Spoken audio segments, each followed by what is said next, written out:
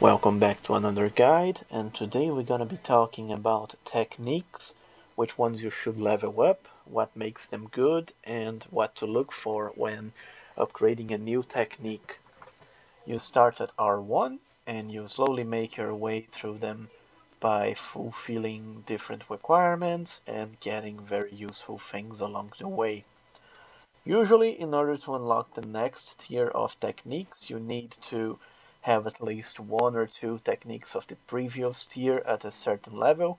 For instance, in order to unlock R11, I needed this at the fourth tier here, the fifth one, which is tier 12 completed. Anyway, the things you need to complete technique are two. The first one is technique points, which are these things here. They come from various sources, including your daily quests, but they come mostly from events and from buying them daily. The event, most of them comes from the Star Scraper event, which is the event that is running right now for us. And you get a bunch of good rewards from here, which includes technique points. And also from the ranking rewards, you will also be getting a lot of them from here, which is based on how well you performed so far. Currently I'm rank 63. It's not a very active server. I'm gonna get all of these from just doing enough floors to be at rank 63. So, you're gonna start by unlocking the technique, and for that you need a technique scroll. The amount you need will scale based on how far you are into the tech tree.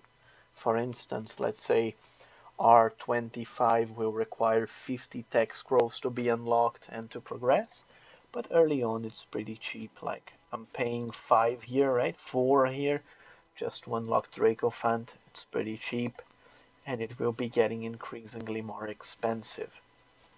So you need the tech scroll to unlock your technique, and most of them will have some very specific requirements. For instance, you can see here that I don't have Lunarix unlocked. And the reason is that I need to fulfill this requirement here, the stage requirement, and the technique requirement. I need one R4 technique at tier 7, which I already did. I'm already past Nascent Soul, which is up here. And I need one pet, the Baby Ox, at common or uncommon. And I haven't fulfilled that requirement yet. But I won't be doing this because the technique is not very good. It doesn't have desirable stats. But yeah, that's what you need to do in order to unlock them. It's also worth mentioning that these things are permanent unlocks. Let's say that I reset my pet and I make a baby ox. I can then unlock this technique and dismantle the baby ox pet. I no longer have it, but the technique will be unlocked. The same thing applies for techniques that require a certain skill. Let me see if I find an example here. For instance, I am a Magicka player.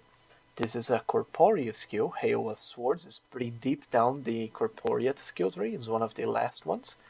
And it requires that to be at level 60. I'm never reaching that. However, I could reset my skills, or actually do this with my current citrine, reset my skills, but first level the technique and it will be unlocked. Even if I lose the Hail of Swords level 60, it will remain there. So that's a very nice thing you can do if you just want the technique, but the requirement, it's not something very good for you. Now we're going to be talking about the things you want to get on techniques. The most important ones are anything related to your cultivation.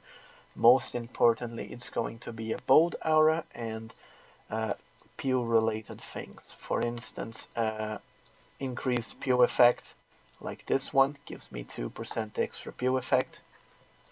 And there's also some very rare techniques that increase your cultivation peel attempts, which means you can take 1 extra peel a day. Currently at Nirvana, at Perfection, but also at Nirvana, I think we are at 27 daily peels from all the sources we can get.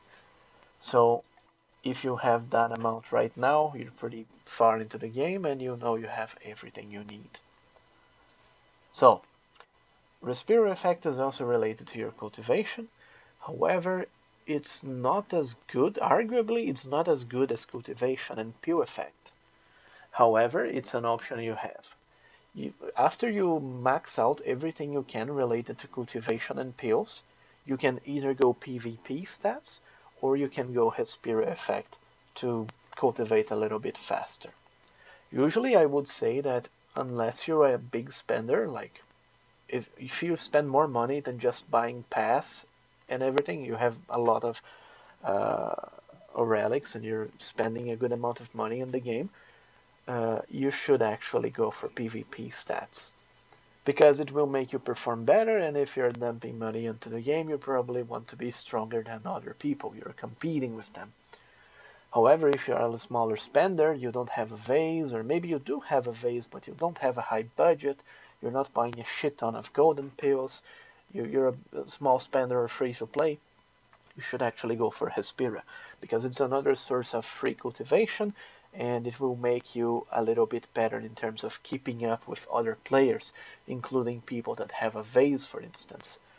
If you go heavily into respiratory and get a lot of techs that increase your attempts and your effectiveness of Respira, you might even keep up with some vase players. So it's pretty good.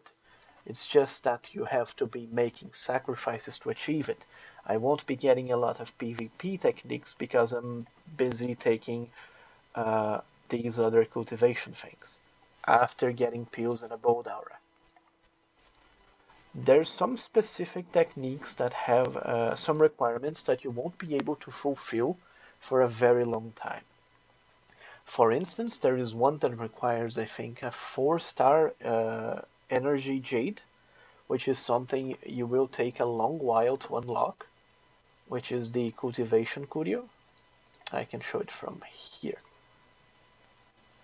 It's this one here. It's the young spirit jade.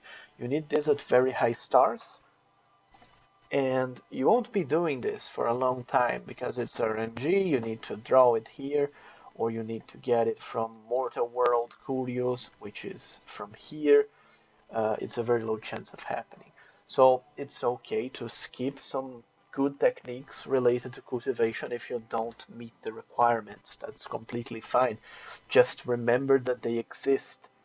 You have to keep in mind that eventually you're gonna fulfill those requirements and you need to go back to max them out. The good thing is that since they are pretty early, like this one, I won't be able to show you the requirement because I already completed it, but it's one of the earlier ones. But the good thing is that they will be pretty cheap, so it's pretty easy to max them out once you unlock the requirement. But yeah, you need to remind these things if you have the necessary things to unlock. There is also one that requires you to have a certain curio at 4 stars.